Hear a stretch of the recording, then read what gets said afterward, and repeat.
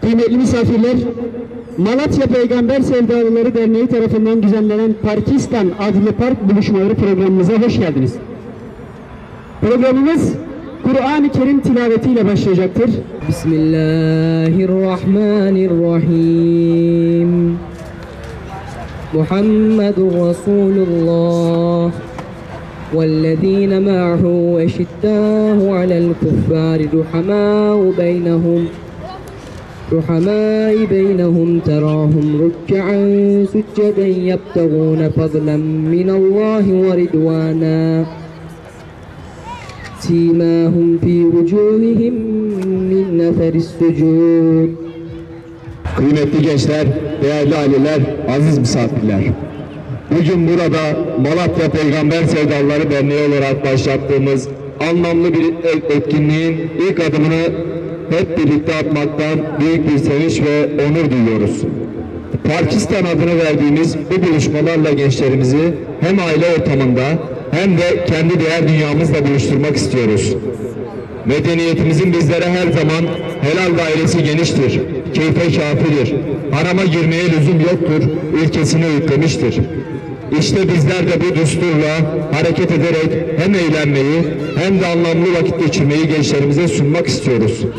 Çünkü biz biliyoruz ki eğlenmek, sosyalleşmek, oyun oynamak da bizimdir. Ama bunları yaparken inancımıza, kültürümüze ve edebimize uygun yolları seçmek en güzelidir. Parkistan sadece bir oyun alanı değil, aynı zamanda kardeşliğin, muhabbetin, nezaketin, sevginin ve paylaşmanın da adıdır. Bugün burada attığımız ilk adım inşallah önümüzdeki süreçte düzenli periyotlarla devam edecek olan buluşmaların başlangıcıdır. Her etkinlikte gençlerimizin ruh dünyasına, gönül dünyasına dokunmak, onları sadece maddi değil, manevi anlamda beslemek en büyük arzumuzdur. Bu etkinlik vesilesiyle gençlerimizi sadece oyunla değil, sohbetle, ilimle, değerlerle buluşturuyor, aynı zamanda ailelerin de bu sürecin bir parçasına olmasını sağlayarak güçlü bir cemaat ruhu oluşturuyoruz. Bizleri bu yolda yalnız bırakmayan tüm ailelerimize, gönüllülerimize ve emeğe geçen herkese teşekkür ediyor. Bu güzel buluşmanın hayırlara vesile olmasını Rabbimden niyaz ediyorum. Şiir seslendirmesi için Taha Sever kardeşimizi sahneye davet ediyorum.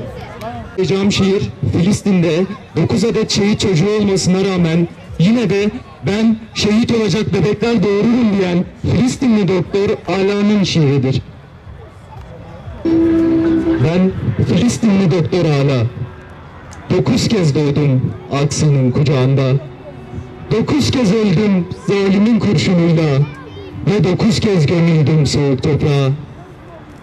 9 küçük kalp vardı düne kadar avuçlarımda, 9 umut, 9 ışık, 9 hayal, 9 ses. Her biri bir kurşunla kesilmiş 9 nefes. 9 gülün kokusuydu dolduran evimi, yüreğimi. Karanlıkları aydınlatan 9 kandilim vardı. Ardından sabahların sustuğu karanlık bir gece. Bir patlama, bir alev ve bir hiçlik. Bilemedim, neyleyim? 9 yerinden kırıldı yavrularımın kanadı. 9 kez yanıp küle döndü ciğerim. Ve 9 kez anneliğim ellerimde kanadı. Affedin kuzularım, anneniz sizi koruyamadı. Dalga dalga yağdı yağdı, evleri duman sardı. İnsanlıktan artık ne kaldı? Olma olma sakın olma, aksa da çocuk olma. Ninnilerden gayrı ne kaldı? Evet, bu güzel seslendirmelerine ekip kardeşimize teşekkür ediyoruz. Filistin'in başkenti neresidir? Gazze. Kim? En güzel. İyi düşün. İyi düşün. Şunu soracaktı. Ebu Ubeyde'nin kefiyesi hangi renktir?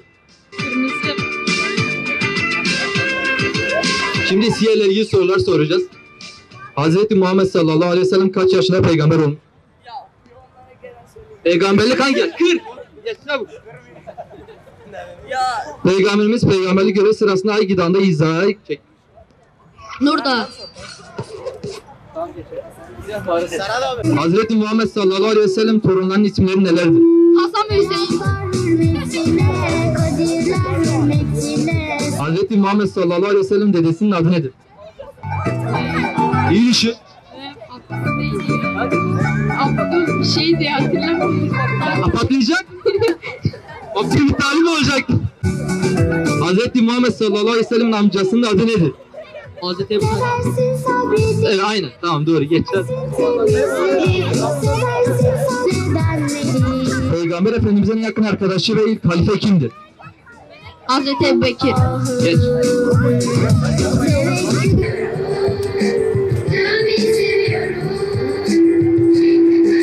İlk gidip geri dönen kazanır.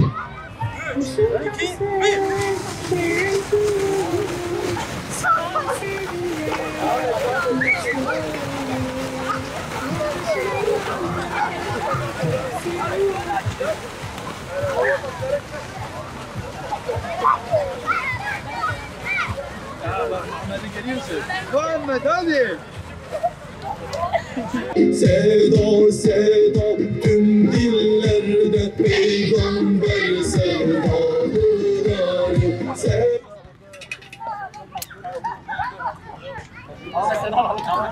قامت الصلاة فقد قامت الصلاة الله أكبر الله أكبر لا إله إلا الله